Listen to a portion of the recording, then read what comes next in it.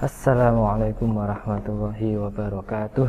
Alhamdulillahirabbil alamin. Allahumma shalli ala sayyidina Muhammad wa ala sayyidina Muhammad.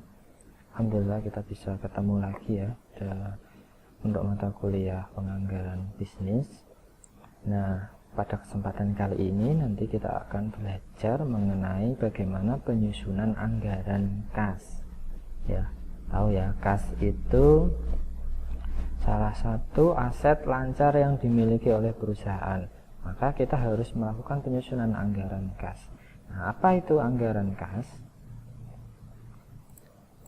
Nah, anggaran kas ini nanti akan menunjukkan rencana aliran kas masuk dan juga aliran kas keluar pada setiap akhir periode. Nah, artinya nanti kita harus menentukan saldo awalnya itu berapa nanti yang masuk. Ya, harus kas masuk biasanya itu diperoleh dari penjualan, ya, pendapatan lainnya itu berapa. Kemudian arus kas yang keluar misalnya untuk pembelian bahan baku, untuk gaji karyawan, untuk operasional perusahaan itu berapa, dan nanti setiap akhir periode itu sudah dianggarkan.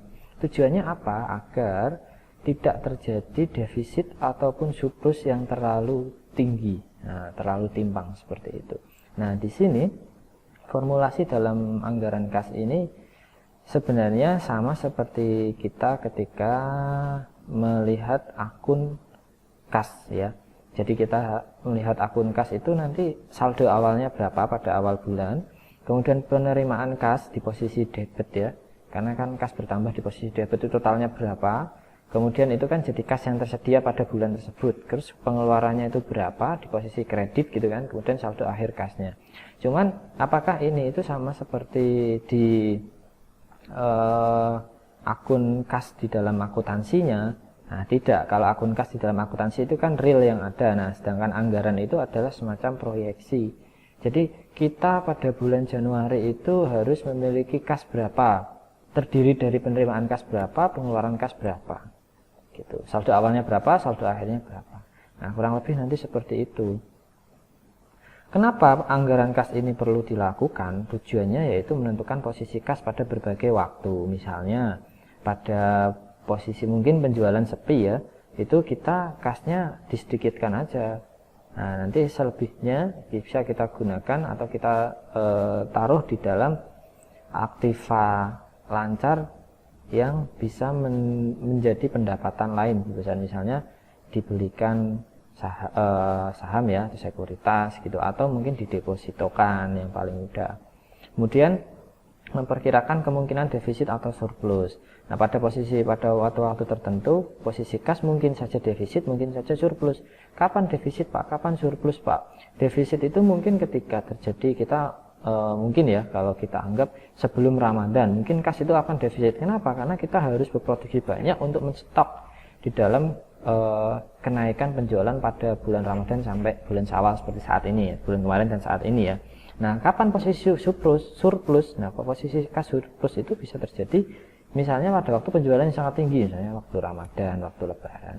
Misalnya seperti itu. Atau mungkin kalau kita perusahaan konveksi misalnya ya, itu produksi seragam, nah mungkin kan nanti akan terjadi defisit itu menjelang proses produksi untuk penyiapan seragam pada tahun ajaran baru misalnya. Tahun ajaran baru nanti terjadi surplus. Nah, setiap perusahaan memiliki series ya, memiliki pengalaman-pengalaman sendiri mengenai kapan posisi defisit, kapan juga posisi surplus. Yang pasti nanti dalam penyusunan anggaran kasnya juga berbeda. Tapi setiap pemilik, owner ataupun manajer itu tahu kapan ini harus disusun anggaran kas yang ketat dan kapan yang longgar. Kemudian yang ketiga, mempersiapkan keputusan pembelanjaan ya, ini benar, jangka pendek dan jangka panjang. Nah, ini pembelanjaan. Nah, pembelanjaan itu artinya ya tadi seperti yang saya jelaskan, kalau misalnya kelebihan itu nanti harus dikemanakan, kalau kurang nanti harus dikemanakan. Harus mencari kemana seperti itu. Sebagai dasar kebijakan pemberian kredit. Nah, misalnya kalau kas kita itu sudah lumayan besar, sedangkan penjualan menurun, bisa kita strategikan bahwa sekian persen dari total yang kita anggarkan penjualan itu melalui sistem kredit misalnya untuk mendongkrak penjualan. Yang kelima, sebagai dasar otoritas dana anggaran yang disediakan. Artinya di sini otoritas dana anggaran yang disediakan itu, kalau maksudnya itu ya penggunaan lewat mekanisme otoritas ini artinya nanti ada plafon anggaran yang tidak melampaui batas. Misalnya gini, setiap akhir bulan, nah misalnya setiap akhir bulan ada ring, ada ring kas yang harus ada di dalam kantor, di dalam rekening kas. Misalnya di ring antara 10 sampai 20 juta. Nah, ketika terjadi lebih dari itu, mau tidak mau manajer yang mengurusi mengenai kas atau kepala bidang operasionalnya itu harus memenuhi ketentuan otoritas dana bahwa maksimal itu 20 juta di dalam kas perusahaan. Nah, bagaimana caranya? Bisa nanti dialihkan, tidak di dalam bentuk kas, tapi di dalam bentuk tabungan mungkin atau deposito, dan seterusnya. Kalau nominal perusahaan besar, nominalnya bisa sangat besar ya. Kalau misalnya perbankan itu kelebihan kas pasti, wah banyak kan ini, nanti banyak dana idle tidak menghasilkan, maka harus didepositokan atau dibelikan sekuritas yang lain yang menguntungkan atau menghasilkan pendapatan bagi perusahaan. Kemudian yang keenam, dasar penilaian terhadap realisasi pengeluaran anggaran. Nah, bagaimanapun dalam anggaran, berbagai jenis anggaran itu tujuannya itu ya 6 ini. Kalau dia on the track berarti bagus. Kalau dia melenceng negatif, ya kenapa melenceng negatif? Kalau terlalu tinggi, apa penyebabnya untuk bisa kita teruskan atau kita kembangkan juga pada tahun-tahun seterusnya. Misalnya, wah ini penjualannya sangat tinggi, anggaran kasnya juga melebihi target karena penjualan yang tinggi. Ini kenapa? Oh, ini karena inovasi produk ini diterima dengan baik oleh konsumen misalnya. Oh, berarti kita tahun selanjutnya kita juga harus melakukan inovasi agar produk kita itu selalu diterima oleh konsumen. Selanjutnya, pendekatan dalam menyusunan anggaran kas. Anggaran kas ini ada beberapa pendekatan ya. Tapi nanti yang akan saya diskusikan itu mengenai anggaran kas jangka pendek. Sebenarnya hampir sama, kas jangka pendek, jangka panjang. Tapi ini akan kita contohkan untuk soalnya kas jangka pendek. Tapi materinya ada juga kas jangka panjang, nanti bisa dibaca. Nah, kalau kas jangka pendek ini lebih ke rencana laba taktis ya. Rencana laba taktis yang bertujuan agar mendukung atau berkaitan secara langsung dengan rencana laba tahunan. Misalnya anggaran kasnya itu sekian, nanti di akhir bisa memperoleh laba sekian. Nah, itu termasuk salah satu tujuan dibentuknya anggaran kas jangka pendek. Kemudian anggaran kas jangka pendek umumnya juga disusun dengan menelusuri jejak berbagai kegiatan perusahaan yang menyebabkan terjadinya arus fisik masuk dan arus fisik keluar. Artinya anggaran kas ini seperti yang saya sampaikan tadi, nanti ada arus kas masuk, ada arus kas keluar. Nanti kita bisa menelusuri, ada pengeluaran sampai 200 juta ini buat apa? Nah, oh ternyata buat beli mesin, berarti harus kas keluar ya. Terus ada pemasukan ini sampai 150 juta, ini dari mana? Oh ternyata banyak yang melakukan pelunasan kredit misalnya. Nah, mungkin banyak yang dapat ganti untung ya. Ganti untung. Banyak ini program pemerintah yang mengganti untung ya, banyak bangun tol, bangun jembatan dan seterusnya. Mungkin warganya dapat ganti untung, jadi langsung utangnya ditutupi mungkin, atau langsung daya belinya langsung naik. Kasusnya Jawa Timur itu yang kilang Pertamina ya, udah tahu ya, langsung pada beli mobil padahal nggak bisa nyetir mobil. Karena kan bagi showroomnya terjadi peningkatan penjualan, artinya ada arus kas masuk, penjualan jadi lebih banyak. Oh ternyata karena itu. Nah, kalau konsensusnya itu adalah musiman, maka itu tidak bisa digeneralisasi untuk tahun-tahun seterusnya. Karena kondisi pasar, perubahan lingkungan kan sangat dinamis sekali, sangat cepat perubahannya itu, maka harus disikapi juga dengan baik. Yang ketiga, arus balik dari sejak arus kas fisik tadi ya, kebalikannya. Nanti ada yang masuk, ada yang keluar. Nanti dari saldo awal ada yang masuk berapa, yang keluar berapa, saldo akhir. Saldo akhir nanti digunakan untuk tahun selanjutnya. Itu deviasinya berapa, selisihnya berapa. Nah, secara umum arus fisik dan arus kas ini Gambarnya seperti ini. Arus fisik itu hubungannya nanti ada produsen, dari dalam hal ini itu perusahaan, ada pemilik, ada pemerintah, ada juga konsumen. Nah, nanti produsen ini bisa mengeluarkan penjualan secara tunai maupun secara kredit. Pemilik nanti bisa menambah dana ataupun memperoleh dividen ya. Kemudian pemerintah nanti bisa memperoleh pajak. Pembeli ya tadi, dia bisa menerima barang, tapi dia harus mengeluarkan uang. Nah, perusahaan juga sama. Perusahaan mengeluarkan barang, menerima uang. Balikan dari pembeli. Nah, ini nanti kaitannya dengan arus fisik dan arus kas ini terkait, ada paling tidak ada 4 ya. Material dan bahan lain, bahan baku, tenaga kerja, berbagai aktiva tetap, mesin, bangunan, rumah, jasa lain yang digunakan. Kemudian dalam skema tersebut terlihat adanya 4 pihak. Ini tadi sudah saya jelaskan ya, saya skip aja, nanti bisa dibaca sendiri atau nanti di pause coba dibaca lagi.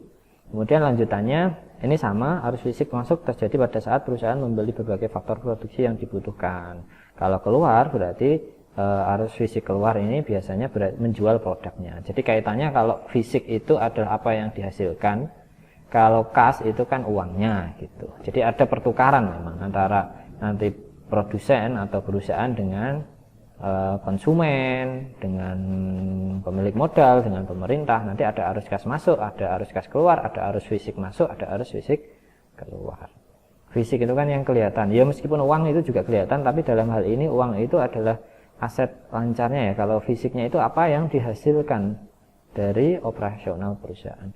Nah, sumber kas masuk yang utama, ini kas yang masuk berarti menambah saldo. Misalnya awalnya 10 juta. Nah, 10 juta nanti di akhir ada penambahan berapa aja gitu.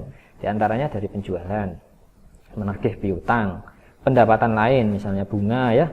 Kemudian ada pengurangan pada aktiva tetap seperti menjual aktiva ya, jelas penjualan. Penerimaan yang bukan penghasilan misalnya kredit dari bank, penjualan obligasi dan lain-lain, hutang jangka pendek. Nah, ini lebih ke utang ya, tapi kan biasanya kita menerima dalam bentuk kas. Yang keenam, penambahan modal sendiri oleh pemilik. Misalnya oh ini peluang untuk berkembang ini perusahaan produksi boneka, karena secara data itu usia balita itu sampai misalnya 20% dari populasi di Indonesia misalnya. Nah, itu kan sangat besar. Terus kalau misalnya angka ini rumah tangga baru misalnya ya, orang yang usia menikah itu tinggi, nah itu para pemilik modal itu menangkap peluang itu dan berusaha menambah modal untuk memperbanyak kapasitas produksinya. Ya kaitannya contohnya misalnya tadi ya pembuatan mainan anak gitu. Nah, kalau kas keluar dari mana? Kalau kas keluar ini dari pembayaran. Pembayaran ya banyak, pembayaran operasional, pembayaran kepada kreditur, bank ya. Penambahan berbagai aktiva tetap ini pembelian, pembayaran pada pemilik modal misalnya dividen atau pengembalian modalnya dijaluk meneh, diminta lagi, pembayaran pada pemerintah misalnya pajak, cukai, materai, restitusi, IPEDA dan lain-lain. Nah, di dalam pembayaran ini ada biasanya itu di akuntansi kalau masih ingat ada amortisasi. Nah, kalau amortisasi tidak masuk ke sini. Kenapa amortisasi tidak masuk ke sini? Karena tidak lewat kas. Amortisasi itu hanya mengurangi nilai dari aktiva. Jadi nanti debitnya biaya, kreditnya amortisasi aktiva tadi. Jadi anggapannya bahwa setiap aktiva itu dalam jangka waktu tertentu itu mengalami penurunan karena sudah dimanfaatkan. Tapi tidak lewat kas. Nah, ini salah satu metode di dalam menghitung arus kas ini, ada namanya cash receipt and distribution method ya. Jadi metode penerimaan dan pengeluaran kas. Jadi berapa yang masuk, berapa yang keluar. Lebih mudahnya memang mengenai anggaran kas ini kita melihat contoh ya. Nah, kita melihat contoh. Oke, sebelum kita ke contoh ini ada satu, bahwa sumber aliran kas ini ada penerimaan dan pengeluaran, misalnya penerimaan penjualan produk, pendapatan lain-lain, pengeluarannya tadi ya udah ini rangkumannya aja. Aktivitasnya misalnya penjualan gedung, pengeluarannya misalnya pembelian. Investasi, penerimaan itu misalnya penjualan mesin ya. Pokoknya yang menjual kan kita dapat uang. Kalau pengeluaran berarti membeli ya kita keluar uang, keluar cash. aktivitas pembiayaan. Misalnya kita membeli saham berarti penerimaan, pembelian obligasi berarti penerimaan, penerbitan promes berarti penerimaan uang. Kalau pengeluaran berarti pembayaran dividen, pelunasan, dan lain-lain. Sebenarnya ini kalau aktivitas pembiayaan, pembelian saham ini kayaknya kurang tepat ya. Harusnya kalau penerimaan itu pengeluaran saham ya. Jadi kita menerbitkan, penerbitan saham, penerbitan obligasi. Kalimat yang lebih tepat mungkin itu, penerbitan promes. Nah, kita pakai contoh. Nah, ini contohnya 6 bulan, tapi dalam penjelasan nanti kita coba pakai yang 3 bulan aja ya. Nah, coba perhatikan. Rencana penjualan selama semester 1 tahun 2011 ya, PT Niaga Karya. Unit penjualan ini ada 5.000, harganya 3.000, volume penjualannya 15 juta, 16,5, 18 juta. Ini kan dari, kalau teman-teman masih ingat, ini dari anggaran penjualan ya, anggaran penjualan. Nah, ini anggaran penjualan dan anggaran produksi gabung. Produksinya berapa, nanti dijual berapa. Ini lebih ke anggaran penjualan, misalnya Januari, Februari, Maret seperti ini. Oke. Nah, next. Sejak beroperasi, perusahaan selain menjual secara tunai juga menjual secara kredit. Komposisinya 60% dari total penjualan adalah penjualan tunai dan sisanya adalah penjualan kredit. Berarti 40% ya kreditnya. Penjualan tunai manajemen menetapkan akan memberikan potongan harga sebesar 10%. Oke. Untuk penjualan kredit, manajemen memberikan term of payment. Ingat ya ini 5/10,N60. Artinya gini. Ketika pembeli membayar kurang dari 10 hari, dia akan dapat diskon 5% gitu. Nah, dengan tempo 60 hari atau 2 bulan. Jadi, perusahaan hanya memberikan kredit selama 2 bulan. Ketika pembeli membayar sebelum 10 hari, maka dapat diskon 5%. Nah, kurang lebih bacanya seperti itu ya yang ini. Dari penjualan kredit diberikan sebesar 60% akan memanfaatkan periode potongan. Artinya 60% orang yang membeli akan melunasi kreditnya sebelum 10 hari. Nah, kurang lebih seperti itu. Sedangkan sisanya tidak memanfaatkannya. Dari pembeli yang tidak memanfaatkan potongan, nah masih ada case lagi, 50%-nya akan membayar pada bulan transaksi, artinya 30 ya. Sebelum 30 hari dan sisanya akan membayar pada bulan berikutnya, 50-50 ini. Diperkirakan besarnya piutang tak tertagih 5%, bad debt rasio ya dari penjualan kredit. Cash outflow-nya pada awal tahun 10 juta. Oke. Perusahaan melakukan pembelian bahan baku yang merencanakan akan dibayar 30 secara tunai dan dibayar berikutnya. Ini kasus setelahnya ya. Adapun pembelian yang dilakukan adalah Januari, Februari, Maret 5, 6, 8. Hutang jatuh tempo yang harus dibayar pada Januari 2,5, Maret 1 juta, Juni 3 juta. Oke. Dari data tersebut diminta menyusun schedule pengumpulan piutang, schedule penerimaan kas, pengeluaran kas, dan schedule kas sementara untuk triwulan pertama. Nah, ini kasusnya kita pakai triwulan pertama ya, Januari, Februari, Maret. Baik, saya mulai dulu nih. Bahwa ketika kita diminta pengumpulan piutang untuk triwulan pertama ya, penjualan menurut bentuk pembayaran, kita perhatikan dulu langkahnya. Tadi di data ada disebutkan bahwa periodenya ini 5 ini ya. Jadi periodenya Januari, Februari, Maret, penjualannya 15 juta, 16,5, 18 juta. Oke. Nah, di sini tadi dikatakan bahwa penjualan tunainya sebesar 60%, 60% dari 15 juta gitu. 60% dari 16,5. Ini bawahnya. Potongan penjualannya 10%, berarti 10% dari total penjualan ini. Nah, penjualan netonya 8 juta 100 dari penjualan tunai dan seterusnya. Kemudian penjualan kreditnya, ini kan sisanya. Kalau tunai 9 juta, kreditnya 6 juta atau 40% dari 15 juta, gitu ya. Nah, bad debt-nya ini 5% dari 40 juta, yaitu 5% kali 6, 300.000. Maka piutang netonya 5.700.000. Artinya, piutang neto ini adalah penjualan secara kredit. Oke. Ini yang A sudah terjawab. Ini penjelasannya ya. Kemudian yang B, bagaimana schedule pengumpulan piutang? Nih, tadi kan ada yang dibayar secara kredit ya. Untuk penjualan kredit, manajemen melakukan term of payment. Dari penjualan 60% akan memanfaatkan periode potongan, sisanya tidak. Dari pembelian yang tidak dimanfaatkan potongan, 5% akan membayar pada bulan transaksi dan sisanya akan membayar pada bulan berikutnya. Nah, Coba misalnya pada bulan Januari, ini tadi piutang netonya sudah ada ya, yang atas tadi ini. Nah ini 5.700.000. Kemudian ini kita masukkan ke sini. Piutang yang mendapatkan diskon dia ada 60% ini tadi. Berarti 60% dari ini 3420. Yang dapat diskon 5% ini ya, 5%. Kalau dia bayar kurang dari 10 hari kan.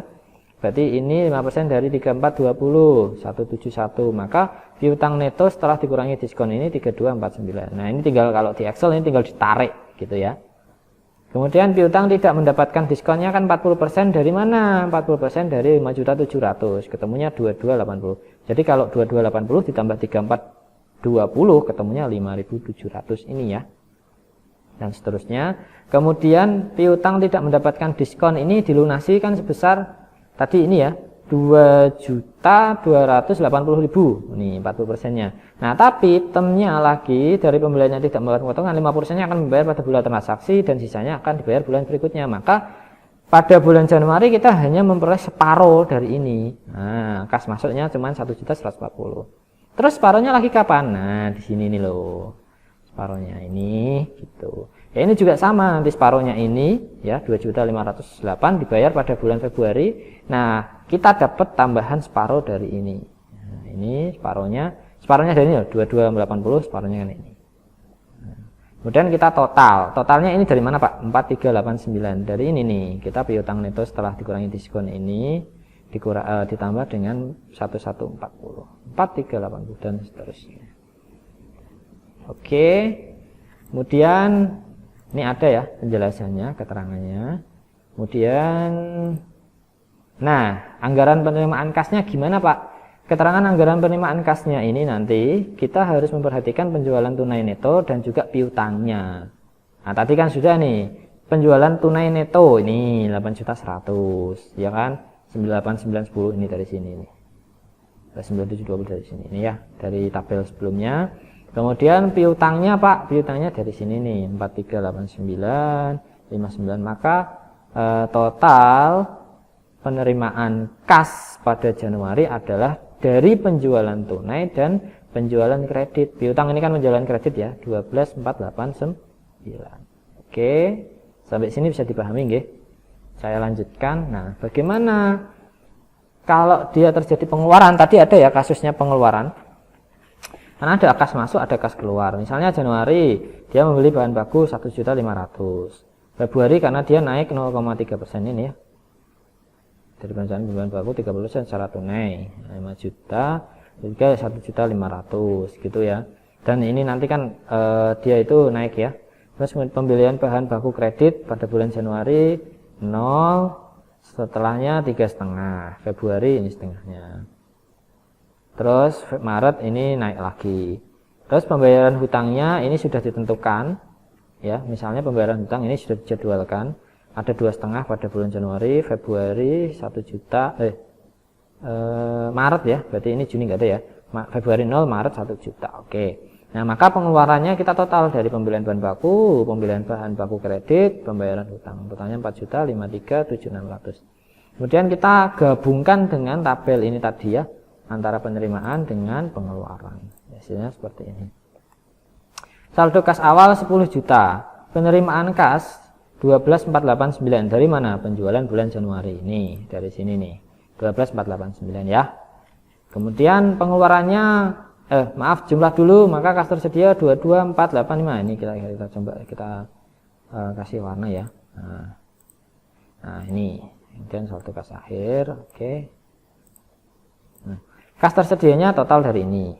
Kemudian pengeluarannya berapa? Ya tadi pengeluaran kas. Misalnya pembelian bahan baku tunai, pembayaran hutang, pembelian bahan kredit ada 4 juta. Oke. 4 juta ini dikurang ini. Maka saldo kas akhirnya 18.489. Kemudian saldo akhir pada bulan Januari. Ini kan penganggaran ya. Berarti saldo akhir pada bulan Januari kita pindah ke awal bulan Februari. Nah, tinggal nanti dijumlahkan dengan penerimaan, dikurangkan dengan pengeluaran. Ketemu saldo kas akhir pada bulan Februari, kemudian dipakai untuk saldo kas awal pada bulan Maret.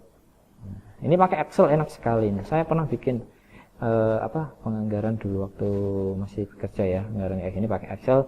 Nilainya nanti otomatis asalkan rumusnya tepat. Nah, seperti ini ya teman-teman untuk anggaran kas, metode penerimaan kas masuk dan kas keluar. Nah, ini sebenarnya ada anggaran kas jangka panjang, nanti bisa dibaca lagi.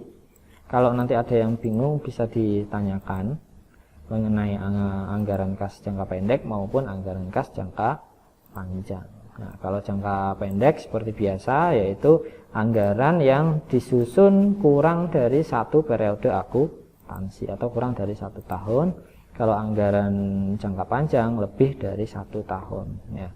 Nah, bagaimana pengendalian posisi kasnya, Pak? Nah, dalam aspek pengendalian, kas berfungsi untuk menentukan posisi kas pada berbagai dimensi waktu. Bagian keuanganlah yang bertanggung jawab atas pengendalian posisi kas.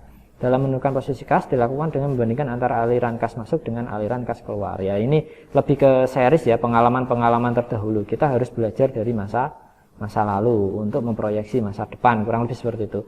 Kalau biasanya penjualan naik pada bulan-bulan mau lebaran misalnya, ya sudah kita harus siapkan itu. Kalau misalnya menurun pada bulan-bulan tertentu, nanti kita harus berkreasi bagaimana pada bulan tersebut juga tetap terjadi peningkatan penjualan. Nah, dengan membandingkan ini ditambah saldo kas awal tahun dapat diketahui besarnya saldo kas akhir tahun. Dan ini juga sebagai salah satu fungsi pengendalian ya untuk perencanaan laba pada akhir tahun, bahwa anggaran kas itu juga harus ditentukan. Ketika pada ini kan tadi kalau kita perhatikan ya, bahwa kas akhir bulan Januari jadi kas awal Februari, itu kan artinya terjadi series. Nah, kalau kita sudah memiliki anggaran ya, kita sudah memiliki anggaran atau patokan ya. Kalau bahasanya di awal saya sampaikan itu rule, anggaran itu rule, jalan, aturan. Kalau terlalu tinggi nanti kita bisa segera mengevaluasi. Misalnya terlalu banyak surplus, kita bisa evaluasi. Kalau misalnya defisit kok terus-terusan, nah kita juga bisa lakukan evaluasi. Memang tujuannya itu nanti untuk mengevaluasi. Pasti ada hal kenapa ini surplus, kenapa ini defisit.